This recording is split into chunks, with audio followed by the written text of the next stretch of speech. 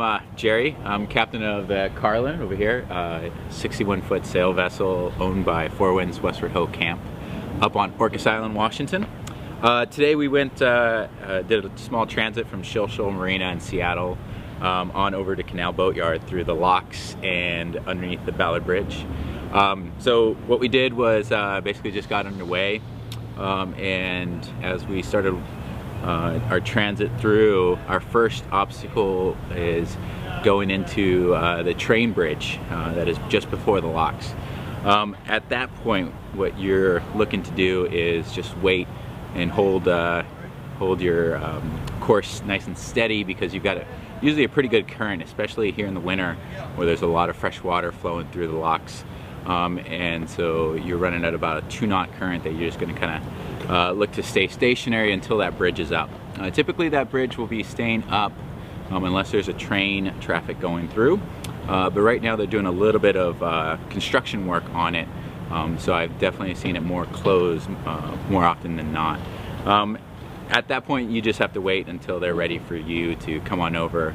That bridge is about 45 feet of clearance or so. Carlyn is about 75 feet tall, and so we definitely have to wait for that one. And when you're passing through that, you want to favor the Magnolia side of the bridge if you've got some height, just because of the slanted angle. Most boats can pretty much kind of go either way, but on Carlyn we tend to go on the Magnolia side to get that better clearance going in there. And then after that you get two choices of going into the locks. First one is, the closest one to Ballard is the large locks, and that's generally kept for just large boats, commercial vessels going through. The smaller locks, Carlyn can fit through nicely. When she is in there, it's kind of tight to get another boat alongside, so I would say those locks are probably about 25 feet wide. Seems a lot narrower when you're doing your approach. So if you're a smaller boat, a private vessel, usually you'll favor the small locks. And as you go in there, there's actually red and green lights that'll tell you when you approach into the locks, and you're just going to hang out and wait for those to go green before you start making your entrance. If you're curious, usually what they're doing is basically, if they've got an outbound vessel looking to go out, you'll just have to wait your turn. The best thing is to find the seawall that's right in front of the lights and just kind of tie up. Generally, you know, just a quick little stern and bow tie, and kind of hold your position right there. Or if those are full, especially on the summer days, you're just going to have to sort of hold your station and wait it out until they're ready for you and they throw that green light on. It can get kind of tricky because once again you get more current coming in from just the fresh water coming through the locks, and it's pretty tight. This is when a lot of people tend to get a little panicky. Just remember to stay calm, and as long as you're going slow, you know, the worst thing that happens is you just need to get some fenders out and fend off. If there's a lot of boats going through and you just kind of all trying to stay away from each other, sometimes it's best just to get on a radio and communicate with each other, or just, you know, shout out if it's quiet enough. Once the lights are green, then you just make your approach. You'll usually listen, they'll shout instructions to you, and they're more than happy to let you know what they want to be done. And if you just follow along with their instructions, you can't go wrong.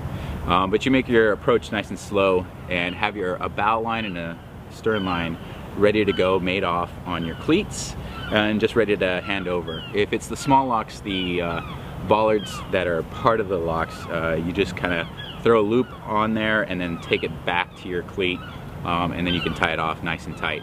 They're super easy because that whole seawall inside the locks just goes up or down with the water line, so there's no tending necessary in order to get in order to deal with the locks as you're rising or lowering.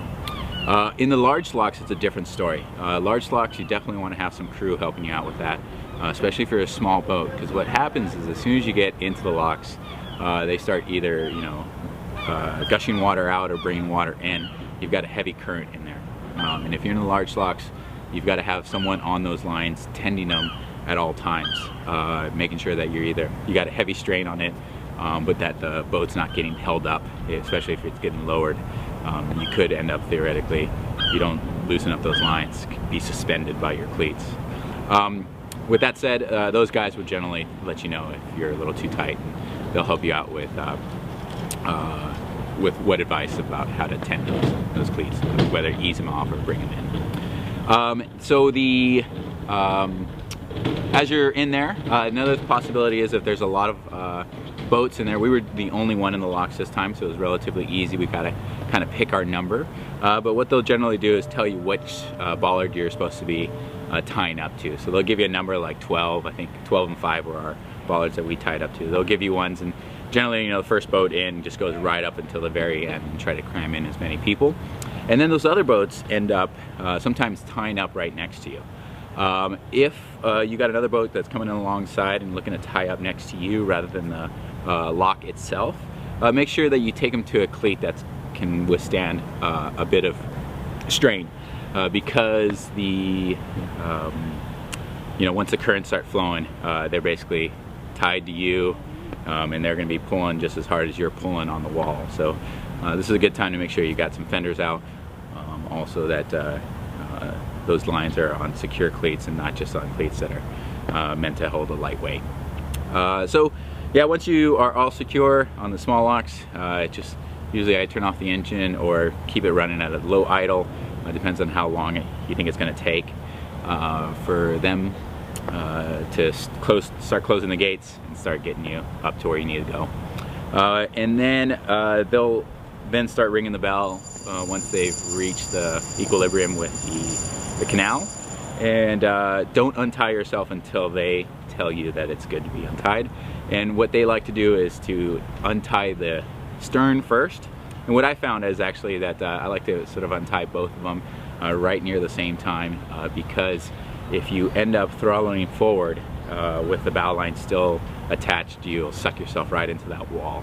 And that's usually the hardest part of getting out of there.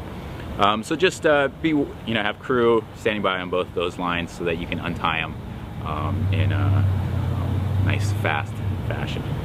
So you get those lines taken off, and then you start heading on into Ballard Bridge as your next obstacle. All the bridges here in the canal all operate on a one prolonged, one short blast on the air horn. So what I do is just make sure I'm getting in within shouting distance of those guys and do a nice long blast and a short blast. Make sure that that long blast has got some seconds on it. I think it's difficult for them to hear it if it's too short of a blast. It's technically it's supposed to be 5 seconds, but if you give about 3 seconds at least on that prolonged blast, you'll get their attention.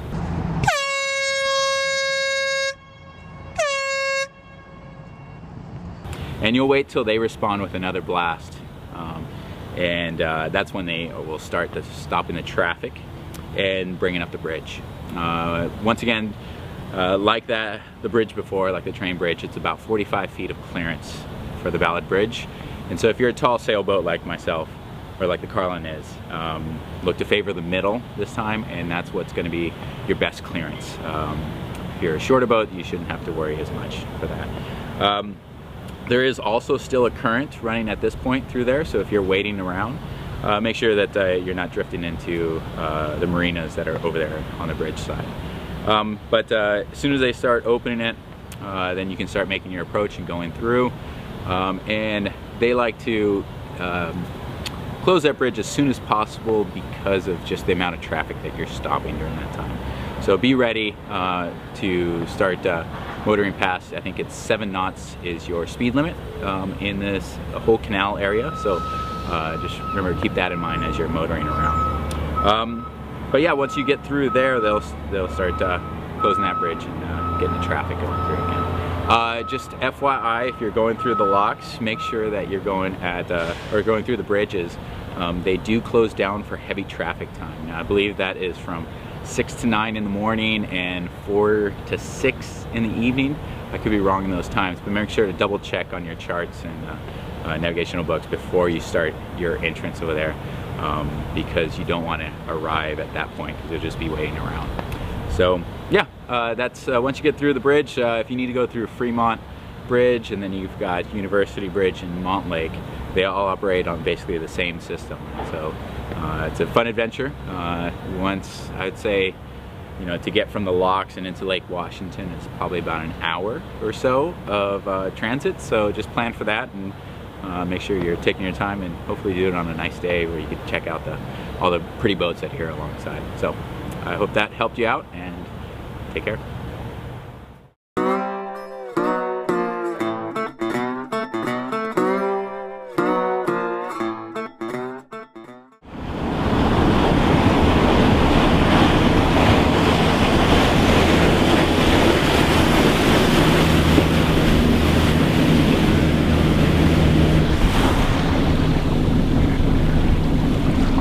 Good call.